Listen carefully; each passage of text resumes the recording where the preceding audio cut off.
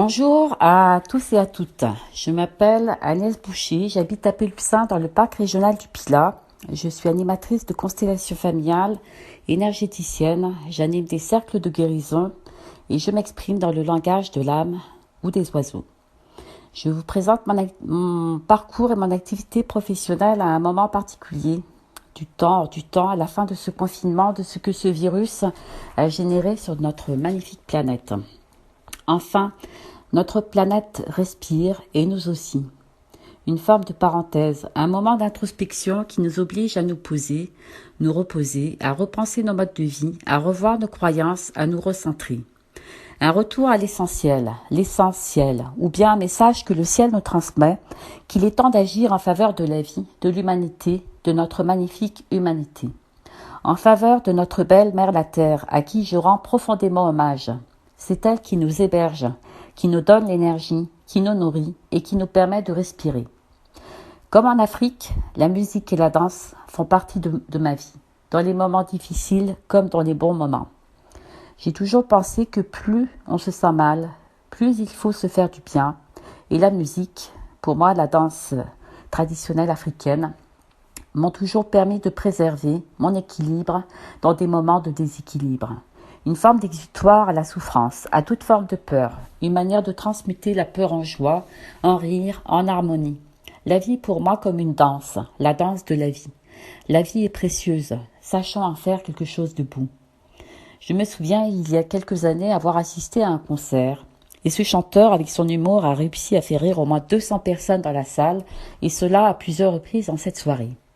Comme quoi pour moi la joie, le rire, l'amour sont des énergies extrêmement puissantes, qui se communiquent à la vitesse de l'éclair à travers le monde, car toutes nos pensées sont captées par l'univers pour ensuite prendre forme sur la Terre.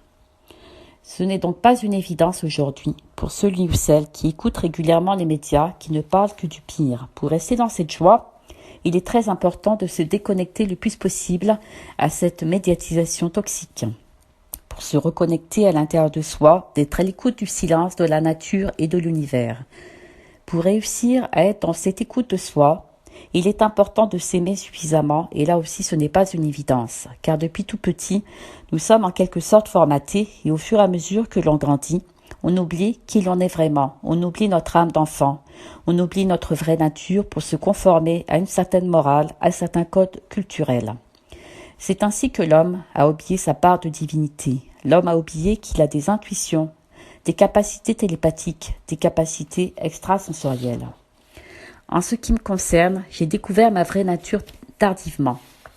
Néanmoins, j'avais conscience de mes intuitions, mais je ne leur faisais pas toujours confiance, car je manquais de confiance en moi. J'ai toujours vécu à la campagne et enfant déjà, j'étais très reliée à la nature, aux arbres, aux fleurs, aux oiseaux et aux animaux. Je grimpais dans les arbres, je passais beaucoup de temps à jouer dans le jardin, à écouter le chant des oiseaux, à observer la beauté de la nature, à sentir les odeurs. Tout ceci m'a permis de développer une très grande sensibilité qui pendant longtemps m'a joué des tours, car emportée par les émotions, je ne savais pas toujours comment me défendre. Il était plus facile pour moi de défendre des causes humaines ou animales que défendre ma propre personne. Je suis donc devenue assistante sociale à l'âge de 23 ans, puisqu'un métier, une véritable vocation que je pratique encore d'ailleurs. En aidant les autres, je me suis peu à peu rapprochée de moi-même. À l'âge de 38 ans, après une série d'épreuves, j'ai commencé à me poser des questions sur moi-même. J'avais l'impression, la sensation de vivre la vie d'une personne qui n'était pas moi, qu'à travers moi, je faisais revivre inconsciemment la vie de certains de mes ancêtres. J'ai donc fait beaucoup de recherches sur l'histoire de ma famille du côté paternel et maternel. J'ai alors commencé un travail de développement personnel en me faisant aider par différents professionnels, psychologues, psychothérapeutes. J'ai pu alors conscientiser, faire une première ébauche de compréhension analytique de l'histoire familiale et de ma place dans ma propre famille, d'essayer de repérer certains schémas répétitifs qui me plaçaient dans une grande souffrance émotionnelle. Mais il me manquait quelque chose. J'étais parvenue à une compréhension intellectuelle et analytique de mes blocages, mais je ne parvenais pas à me libérer d'un émotionnel toxique qui me faisait souffrir dans certaines situations de vie. Fin 2011, j'ai découvert la méthode des constellations familiales. Ce fut pour moi une véritable révélation. J'ai poursuivi ce chemin d'introspection avec Carole Chenevier, animatrice et formatrice de constellation familiale, avec qui j'ai effectué un cursus de formation pendant 3 ans. Par ce travail intensif et profond, je me suis libérée peu à peu de nombreux blocages. J'ai découvert des secrets de famille et ce faisant, je me suis allégée intérieurement. Beaucoup de peurs ont disparu. J'ai fait la paix avec certains de mes ancêtres et avec moi-même. La technique des constellations familiales a été fondée par Bert Hellinger, psychanalyste allemand. Cette méthode se pratique en individuel ou en groupe, à distance ou en présentiel. Par une forme de jeu de rôle, elle met en évidence des secrets de famille, des drames qui se sont produits dans l'histoire de vos ancêtres et que vous-même portez inconsciemment. Cette mise en scène familiale vous permet de retrouver votre place dans la lignée familiale et à nouveau l'énergie peut circuler jusqu'à vous. Lorsque l'on se libère de ses poids ancestraux, on libère de la place à l'intérieur de soi et peu à peu notre véritable potentiel apparaît. On se surprend à être de plus en plus dans la joie, on prend de la maturité et l'on se rapproche d'une certaine sagesse. On apprend alors l'amour de soi, le respect de soi, ce qui je pense est essentiel pour être bien avec soi-même et donc avec son entourage. En parallèle, j'ai développé des capacités extrasensorielles. C'est comme si je retrouvais la mémoire de qui j'étais vraiment, comme si je me réappropriais une connaissance ancestrale. Je poursuis donc cette découverte de moi-même dans une forme de parcours initiatique. Tout a commencé fin 2013, lors d'une séance de constellation individuelle avec Carole Chenevier. Il s'est produit un événement extraordinaire. Au moment où j'entre dans l'espace de constellation pour représenter un lieu avec des arbres dans le Pilat, à un endroit où j'allais souvent me promener, je ressentis une énergie fulgurante qui me traversa le corps, des pieds à la tête. Mes bras et mes mains se sont levés vers le ciel et j'ai produit un son très puissant avec ma voix qui ressemble comme à un bruit de trompette. Je n'ai pas eu peur, mais j'ai mis beaucoup de temps à retrouver mes esprits, tellement cette énergie était puissante. Ce que j'en comprends avec le recul, c'est à partir de cet événement que j'ai reçu une forme d'éveil spirituel. Cet événement a été comme un facteur déclenchant de la suite de mon parcours mystique. Au mois de mai 2014, je sortais d'un concert avec 2 amies. L'une d'entre elles a pris une douleur à l'estomac en parlant de son père, et alors mes mains se sont agitées autour d'elle. J'ai laissé faire mes mains et sa douleur est partie. Le lendemain, elle m'a raconté qu'en rentrant chez elle, elle a beaucoup pleuré. Les jours qui ont suivi, elle a retrouvé une très belle énergie. J'ai compris que quelque chose d'important se donnait à voir. J'ai alors expérimenté avec mes amis, des collègues de travail, et au fur et à mesure mes capacités se sont transformées, se sont développées. Mes mains qui s'ajoutaient autour d'une personne se sont posées à certains endroits du corps. J'ai alors capté les émotions négatives pour les évacuer à travers moi. Après, j'ai produit des sons avec ma voix. Ces sons émettent des vibrations du grave et l'aigu. La personne s'en imprègne et c'est comme le principe d'un instrument de musique que l'on réaccorde. La vibration de ces sons réharmonise ce qui est disharmonieux dans le corps d'une personne. J'effectue également des pressions avec mes doigts, utilise des cristaux et parfois le bol tibétain. Et enfin, j'ai par la suite parlé, chanté et écrit le langage de l'âme ou des oiseaux. Ce langage s'exprime également par la danse. À la suite des séances, les personnes ont pu me faire d'excellents retours avec des maux du corps qui disparaissent, tels que vertige, entorse à la cheville, douleur de dos, tendinite, mais aussi des troubles psychologiques à la suite de traumatismes violents et bien d'autres choses encore. Ce que ressentent les personnes pendant une séance, c'est déjà une profonde détente. Certaines s'endorment, d'autres ont la sensation de partir très loin. En fonction des personnes et des séances, elles peuvent ressentir beaucoup de chaleur ou au contraire avoir froid, des picotements dans les pieds, les jambes, jusqu'à ne plus sentir son membre et d'un coup cette sensation inconfortable disparaît.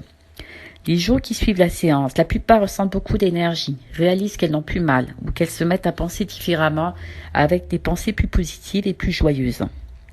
Mais bien sûr, tout ceci n'est pas systématique. Cela diffère d'une personne à une autre et lorsque l'on se présente pour une démarche de développement personnel, c'est un travail qui demande forcément du temps, de la patience et de la détermination. Dans les années 2014, 2015 et 2016, 5 de mes amis ont découvert eux aussi qu'ils avaient des capacités extrasensorielles. L'un entendait des messages du monde subtil, d'autres les visualisaient et pour ce qui me concerne, je les ressentais physiquement à travers mon corps. Nous avons décidé de nous entraider par des rencontres régulières où nous faisions des méditations et des cercles de guérison. Ces cercles de guérison permettent une transmission d'énergie, la libération de troubles émotionnels et un certain développement à l'éveil spirituel. Entre Pâques et la Pentecôte 2015, chacun à notre tour. Dans ce groupe, nous avons parlé subitement un langage inconnu. En ce qui me concerne, je me suis réveillée une nuit, le jour de l'Ascension, en parlant ce drôle de langage. À force de le pratiquer, nous avons compris que ce langage était le langage de l'âme, ou encore appelé la langue des oiseaux, la langue du cœur et des émotions où le mental n'a pas sa place. Un langage télépathique, puisque les mots que nous prononçons sont différents d'une personne à une autre, mais nous nous comprenons avec le cœur et les émotions. Un langage alchimique avec des messages codés. Nous avons compris en le pratiquant que nous avions la capacité par ce langage de communiquer avec le monde subtil et de canaliser des messages. Ce langage émet des vibrations qui, pour celui ou celle qui l'écoute, peut alors ressentir des émotions très profondes à l'intérieur de lui, avoir envie de rire, de pleurer ou d'évacuer de la colère. Nous avons observé que ce langage peut avoir aussi une certaine fonction hypnotique pour aider la personne à lâcher prise avec le mental. Dans cette phase de lâcher prise, la séance agit beaucoup plus en profondeur, car le mental n'interfère pas ou moins. Avec l'expérience, j'ai compris que le langage de l'âme est un des moyens qui favorise l'amélioration de l'état de santé des personnes. Le langage de l'âme est un langage universel si l'on considère que tous les êtres vivants et humains possèdent une âme. Nous pouvons donc communiquer avec l'âme de tous les humains des 5 continents, mais aussi avec l'âme des défunts. Avec l'âme, la notion d'espace et de temps n'existe pas. Et enfin, en 2018, j'ai commencé à écrire de drôles de lettres de la droite vers la gauche. J'ai compris que le langage de l'âme s'écrit avec des lettres qui sont comme des symboles énergétiques qui émettent aussi une vibration. J'ai compris aussi que lorsque j'écris dans ce langage, je canalise des messages du monde subtil. De plus en plus, lorsque je le parle, je parviens parfois à traduire en français ce que je dis, lorsque j'arrive à lâcher prise avec le mental et à me faire confiance. Aujourd'hui, je mets donc à votre disposition ces différents outils pour vous accompagner dans ce travail de développement personnel, tels que les constellations familiales en individuel ou en groupe, les séances de soins énergétiques, les cercles de guérison en groupe. Pour chacun de ces outils, le langage de l'âme a donc toute sa place. Toutes les séances en individuel peuvent se pratiquer en présentiel, mais aussi à distance. J'espère avoir été claire et je serai très heureuse de vous accompagner vous aussi pour vous aider à vous libérer du poids ancestral, de certaines blessures, de certaines peurs, d'éveiller votre âme à l'amour, la joie et la paix, vous permettre de découvrir votre véritable potentiel. Vous trouverez ci-dessous ma plaquette avec toutes mes références pour pouvoir me contacter. Je vous souhaite une très belle journée et vous dis quelques mots dans le langage de l'âme. Eba katara kutumaisho kotoroa, abaya katara kutumayoa, makotoro aisho yo amana, eba shaba katara kutumaisho yo kotoro katara katamayo amana, eba shaba katara kutumaisho yo au.